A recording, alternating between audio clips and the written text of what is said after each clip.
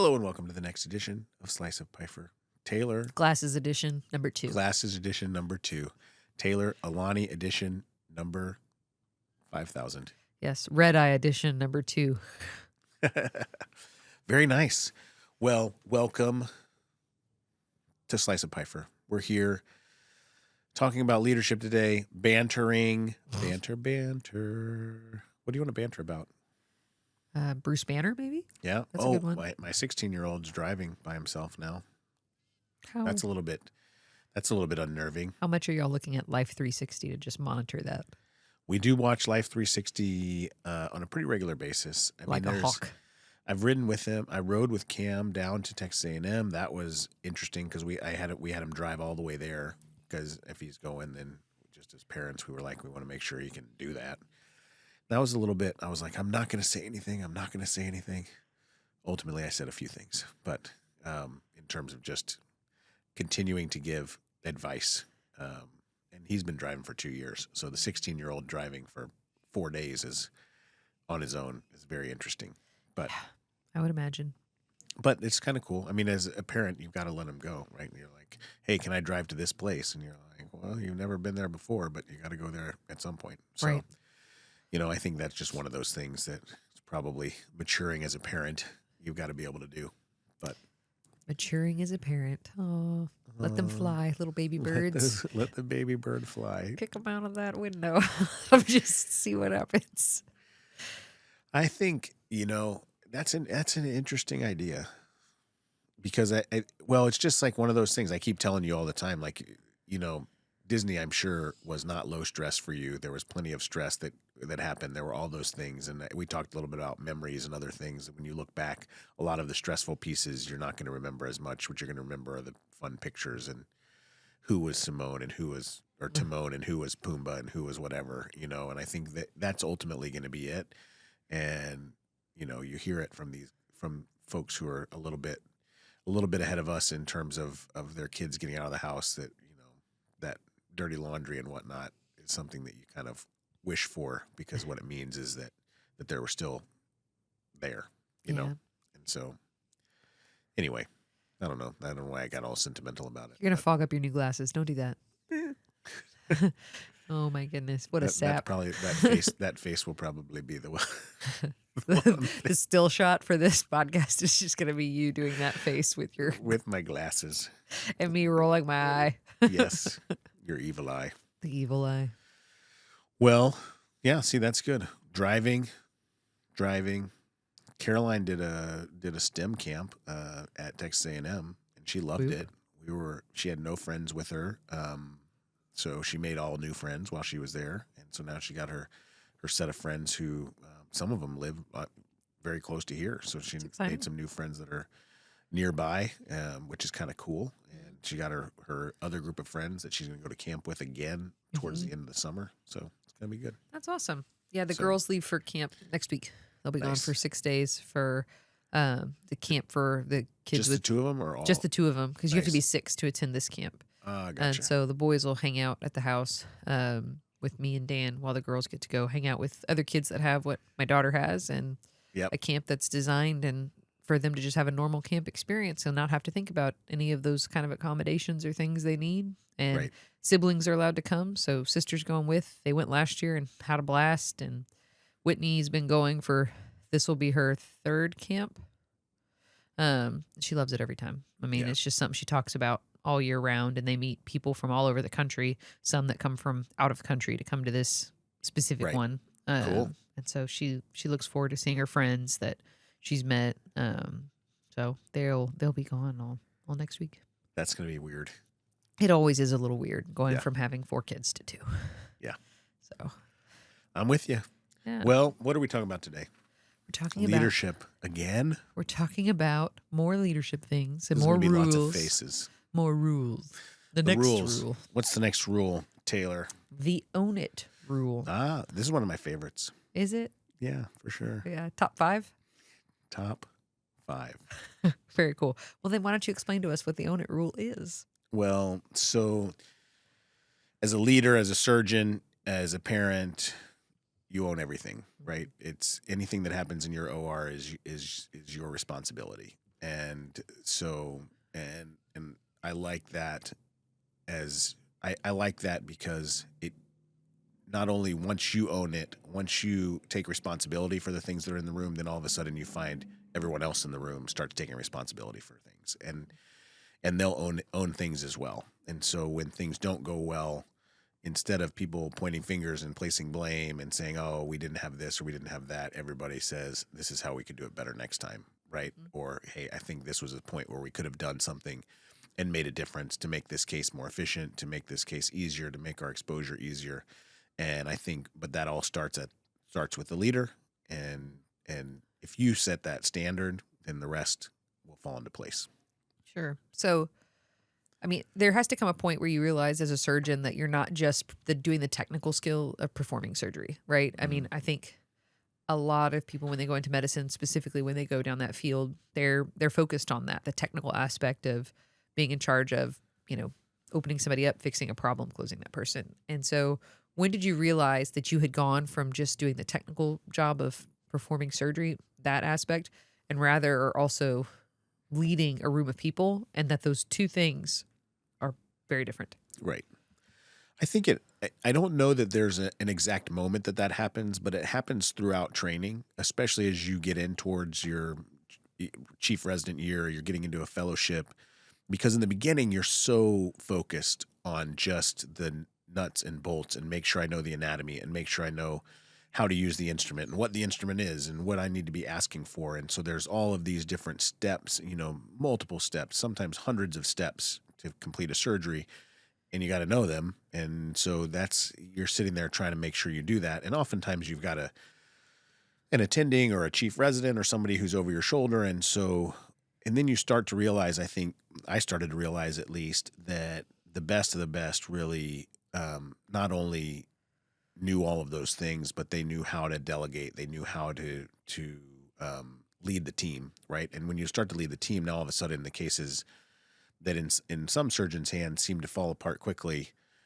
when that moment of crisis or that moment of challenge presents itself. Now all of a sudden you can move forward without it. You can move forward with a team who's with you, and it's not just, hey, if I had this step, if I knew what step was coming next, and now I can't do that step, you don't get stuck in the middle of the road. Sure. So, as someone who's trained a lot of surgeons and been trained with a bunch of surgeons, Sure. what do you think separates somebody who's got that technical skill or is technically proficient from someone who's a truly great surgeon? Is there a separation there? So for me, absolutely. So number one, I think it's purpose, right? You've got to have purpose. If your purpose is money or do as many cases as fast as I can or whatever, but if your purpose is truly willing the good of your team and your patient and yourself for that matter, then that changes everything. It changes the way you interact with people. It changes the way you interact with patients. It changes the way that you interact with everyone. If you view patients as just another paycheck, then obviously you're going to be in trouble. And if you view your team members as just another instrument for you to use, taking away that dignity, taking away that respect and that for them, all of a sudden when you have the purpose and you have gratitude, sincere gratitude, right? When you sincerely understand, like, it's not me. It's not all me. There's a portion that's me, but there's a gigantic portion that's everybody else in the room doing their job, working as hard as they can, pushing to get the cases done, pushing to make sure that we do the right thing, pushing to make sure everything is sterile and everything is safe and everything is where it needs to be. When you start to realize that as a leader, I think that changes you from being a technician to being an exceptional leader. Awesome.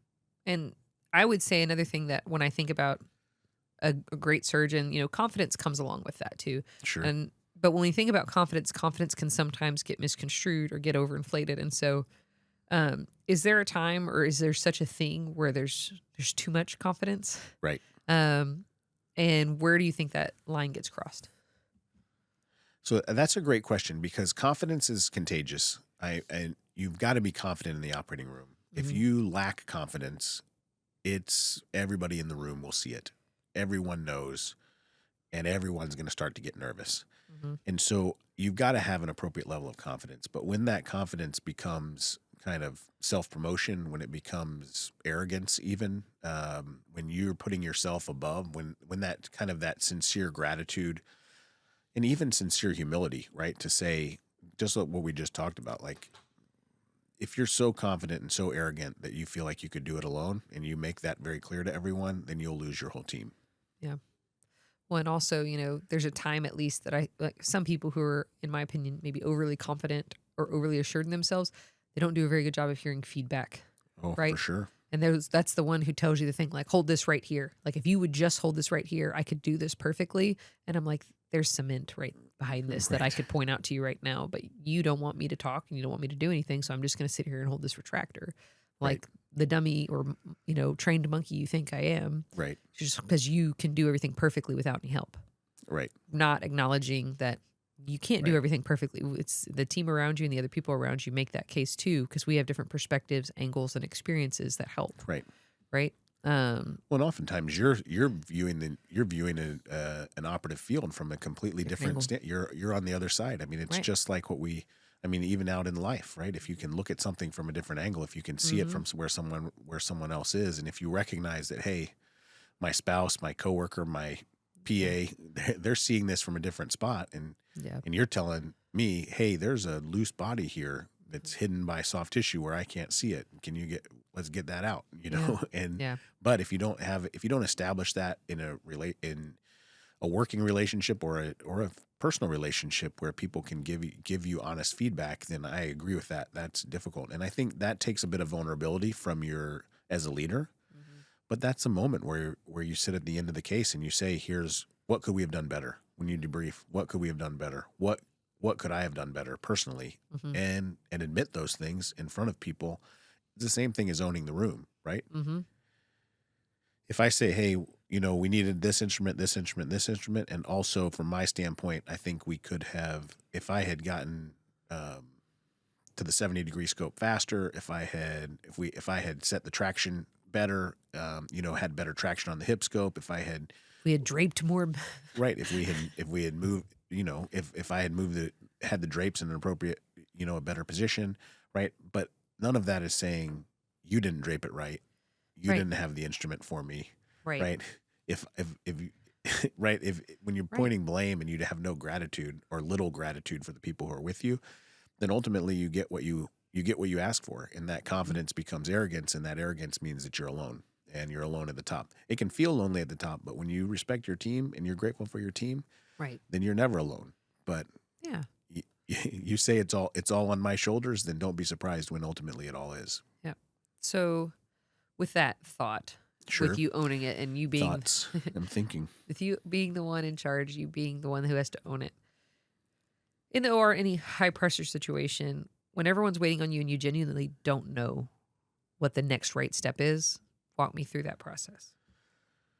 So What so do you yeah, so do? that's that's an alarming piece when you've trained for so long and something happens and it's completely unexpected. That is a moment where you've got to reorient, right? You've got to reorient. You've got to look at your hands. You've got to say, okay, this is where we're going. I think that there are times. I mean, that's humility too, right? Because if you just push forward and you just do something because this is what I'm supposed to do, even though it may not be the right choice. And we saw that in residency. We would do cases and we would work and work and work, and then our attending might come in and say, "Hey, take all of that plate and screws off. We're starting over." Like, what? Right. Because they didn't like where things were. They weren't happy with the reduction of the fracture. They weren't happy with where the pieces were. They could have accepted it where it was, and the patient could have had a more difficult outcome, but they wanted us to get it right and to get it perfect. And so I think that now the enemy of good is better, but the enemy of Yeah. good can also be bad. Right. Right. And so you want to make sure that you're doing the job you're supposed to do. And I think that piece, I remember as a chief resident, as a fellow, and even starting out in practice, having enough humility to say, "Hey, let's stop," or to call a mentor before a case, like, "Hey, I've got a really crazy shoulder coming up. Here's the images. This is the history. Sure. This is what I found on exam. This is my plan. What do you think?" Yeah. And I think having that level of humility and having that level of insight and personal insight is important, because those things happen, right? You get into a shoulder that you thought was going to be a simple rotator cuff repair, and there's a big labral tear and the shoulder's unstable out the front. And you're like, well, Right. that wasn't there on the MRI, Yeah. and so you've got to, especially when you're starting, taking a moment to engage folks who have more experience, who've been there. I think that's important. It's important to have that humility. Yeah. Well, if I'm thinking about something that happens like unexpected, a lot of us think about the next big goal, right? This person has right knee pain. We're going to do a right total knee arthroplasty. We don't consciously think about every step that takes to get to that point. But Right. let's say that you're starting that case, and well, now they've got a big lesion in their MFC or something like that, something that changes the plan, and you're like, I genuinely don't know what to do with this. Right. I find in thinking about that, if I can take it back from that big meta goal, that big goal at the end of I wanted to do a knee replacement on this person, down to what's the next right step, Oh yeah. I agree. and going, okay, Mhm. well, I know that I can't leave them as they are. I know I can't proceed with what I had planned. So what's the next thing? Well, I need to get, some information from this to send off to have pathology look Right. at. I know that I need to not go forward with making big femoral cuts and things like that. I Sure. probably need to close them up. I probably need to make sure that they have a good closure. I probably need to consult my, get an MRI. I need to do it with them. Like you can then go back and go through each step and ultimately get to the place you need to be, which is Sure. taking care of that patient. Right. It looks different than how you thought you were going to take care of them, because that's the Right. ultimate goal. It's not necessarily doing their knee replacement, but taking care of that Yeah. person. I find if you just break it down to, well, I can't control this, but I can control what I do next, then very next step I take. I agree. I think that's a perfect point, right? Because in those moments of stress, what ends up happening is every decision and every step starts flooding in all at the same time, and then your level of confidence and composure starts to fall. And so if you can take a moment and say, what's the next right step, and you always take the next right step, and you Mhm. always do what's right for the patient, then you sleep well at night and you never have to worry Right. about it. But Well, I agree that can help keep people really calm. It can help keep you as a leader, not only grounded, but centered and focused on what you need to do. yeah, and that's part of that whole reset and calm under pressure. But Right. speaking of leading from the front, Leading from the front. Yes. so when we talk about leading from the front, I've heard that phrase or that term thrown around a lot. What does that look like in a surgical setting? When we talk about you as a surgeon leading from the front, what does that look like? So, I mean, a lot of that is, for me, you can lead from the front, you can lead from the middle, you can lead from the back. You can choose where you want to go. And I mean, there's a million different analogies for which one is which, right?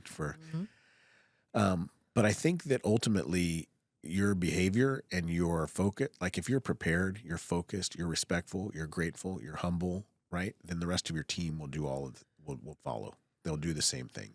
Mhm.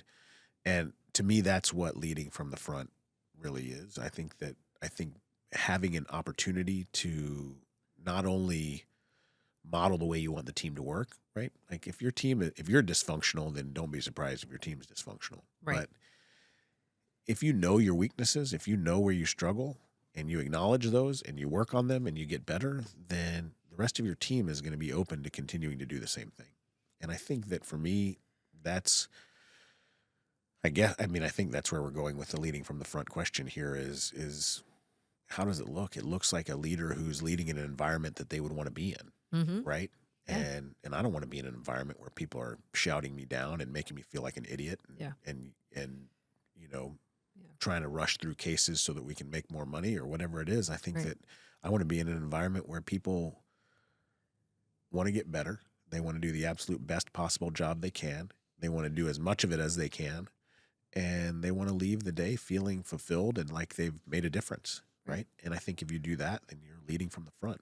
Yeah. Well, and if you're shouting and I'm trying to just do as much as you can, I mean, you're telling everybody on that team that you're the most important person. Right. Right. No. And there, I mean, I can't tell you how many times I've heard, you know how much money I make this place or whatever. I'm like, you don't by yourself though.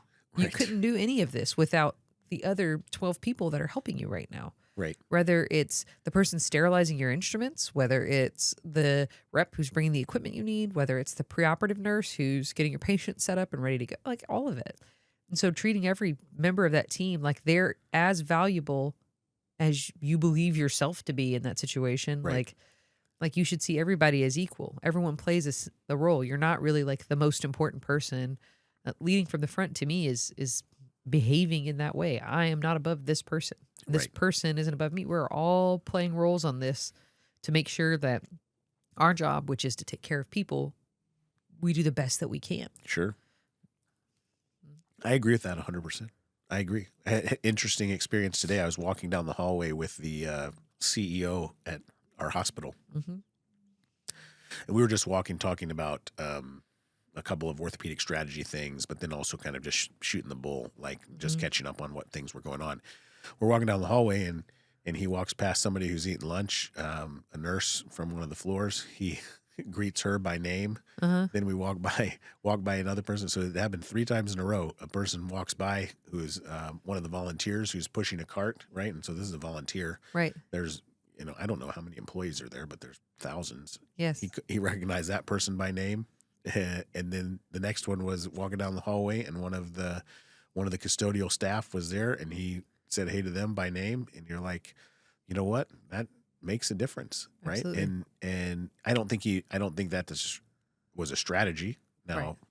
for many people, myself included, learning names is, you've got to put a face to a name and learn tricks. But if you take the time to do that because you really appreciate what people do, then that makes a difference. And he didn't have to do much. And I'm not sure that he made their day by doing that, but certainly you establish an environment where you respect the people who are helping get you where you are. He's running a multi-$100 million hospital, and he knows he can't do it by himself. Right. Right. And he's grateful for the people who are there. And so, Yeah. Justin Kendrick, I know you're watching. I'm sure he's one of the 12 subscribers. That may be a stretch, but needless to say, I was impressed by that because he took the time to, not only has he taken the time to meet those people and know them, but also to greet them and to say thank you. I mean, that's another thing that they do, and a lot of the management at our hospital does. Like, and it's simple things, but like you'll see the chief operating officer rolling a drink cart or a candy cart down the hallway they're giving out sodas to the staff just to tell them thank you, or candy, and then you go in on Thanksgiving and we're working like crazy, and you go by the cafeteria and there's the CEO serving Thanksgiving dinner and Christmas dinner, and people may say, oh, that's strategic or whatever, but when you know the people personally and you know that this is something that's important to them, and the reality it's a value and a purpose. Yeah. right, and the reality is like it's Thanksgiving Day. And it's noon, right? They could be at home watching football and eating Thanksgiving dinner with their families, whether you believe that they are doing it with the right reason or not. Like that is a level of commitment. And I'm not suggesting they're not doing it. I mean, they go and do that because they care about their people. Right. And I think that's leading from the front, right? That's what it means to lead from the front, is care about your people, have a good purpose, and do the right thing all the time. And anyway, that happened, not the Thanksgiving thing, but the greeting everybody happened like 2 hours ago after our medical executive committee meeting. So it's kind of fun. No, that's a great example of leading from the front. And I mean, I look forward to talking more about this rule with you in the future. But that's all I got for you right now. That's it. You're owning it. I'm owning it. Well, I'm owning that I have no more questions to ask you right now. Well, I appreciate that ownership. Thank you. So, do you appreciate my red eye? I do. I do. I'm happy to have you back. It's good to. I mean, I tried to text you 5 times a day, and then I was like, well, probably just one text to say, hey, I hope you're having a fun time. Yeah, is good. Which in the middle. I think when you texted me one time, it was when I was in the downpour day, so that was super fun. I was like, this is great. We're loving it. Yeah, we got like completely like stormed on. It's classic Orlando thunderstorms. Oh, yeah. Perfect. I didn't pack the ponchos that day either in the backpack, so nice. So we you just got drenched. It was awesome. I like it. Jinx. Yeah. But All I good. think I think to me that's, it was, the team did great even without you here, but it was good to have, Our team is awesome. yeah, I agree. So Shout out to the team. Team what?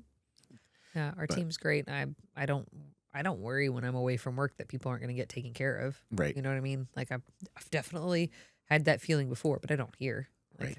I always know that everyone's still getting the best care and getting taken care of, and that we make things happen. You know. I love it. Very good. Well, Taylor, thank you again for owning it. I'll continue to own it.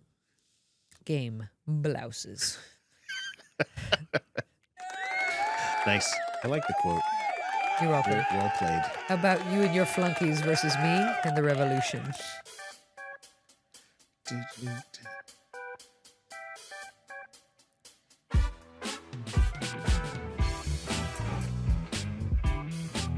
This is always the most awkward part of all this. What's so awkward about it? You just got to own it. You got to own being a bit of a weirdo. I don't want to own this part. You don't want to own being weird? I am a weirdo. I don't need theme music to make it more obvious. What's weirder than having your own theme music? It sounds like you're about to start an Andre 3000 song. What's cooler than being cool? But what if you? Cold. But what if you had theme music, but it's the same theme music that comes with every one of these boxes? No, thank you. I'd come up on, with my own. I think Weird Al would write my theme music.